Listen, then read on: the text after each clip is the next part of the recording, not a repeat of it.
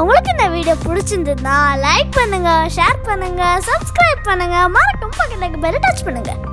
அனைவருக்கும் வணக்கம். இன்னைக்கு மஷ்ரூம்ல சூப் செய்ய போறோம். அந்த சூப் எப்படி செய்யறது இப்ப பார்க்கலாம். ஒரு பேன்ல 1 ஸ்பூன் பட்டர் போட்டுக்குவோம். இந்த பட்டர் நல்லா மெல்ட் ஆகட்டும்.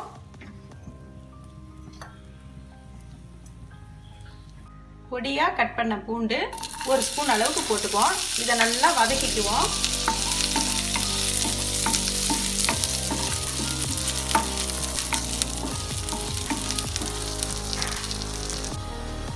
பூண்டு நல்லா வதங்கிட்டு அடுத்ததா பொடியா கட் பண்ண வெங்காயம் 2 ஸ்பூன் அளவுக்கு போட்டுக்குவோம்.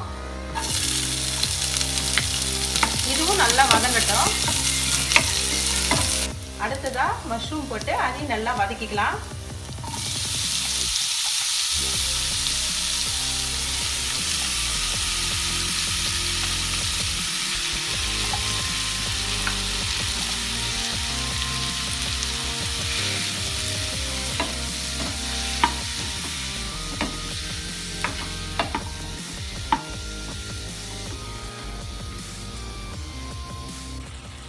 மஷ்ரூம் நல்லா வதங்கிட்டு அடுத்ததா 1 ஸ்பூன் மிளகுத்தூள் போட்டுக்குவோம். தேவையான அளவு உப்பு போட்டுக்குவோம். அடுத்ததா முழுகிற அளவுக்கு நல்லா தண்ணி ஊற்றிக்கலாம். இதை மூடி ஒரு அரை மணி நேரம் நம்ம வேக வைப்போம்.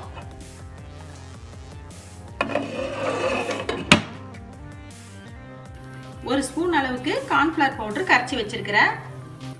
இப்போ இந்த கார்ன்ஃப்ளவர் இதை மஷ்ரூம் சூப்ல ஊத்திக்கலாம். இது நல்லா வெந்தாதான் கொஞ்சம் திக்னஸ் நமக்கு கிடைக்கும்.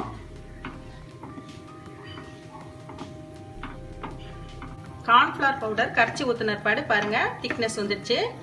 நீங்க நான்வெஜ் சாப்பிட்றவங்களா இருந்தீங்கன்னா 2 முட்டை கூட இதுல அடிச்சு ஊத்திக்கலாம்.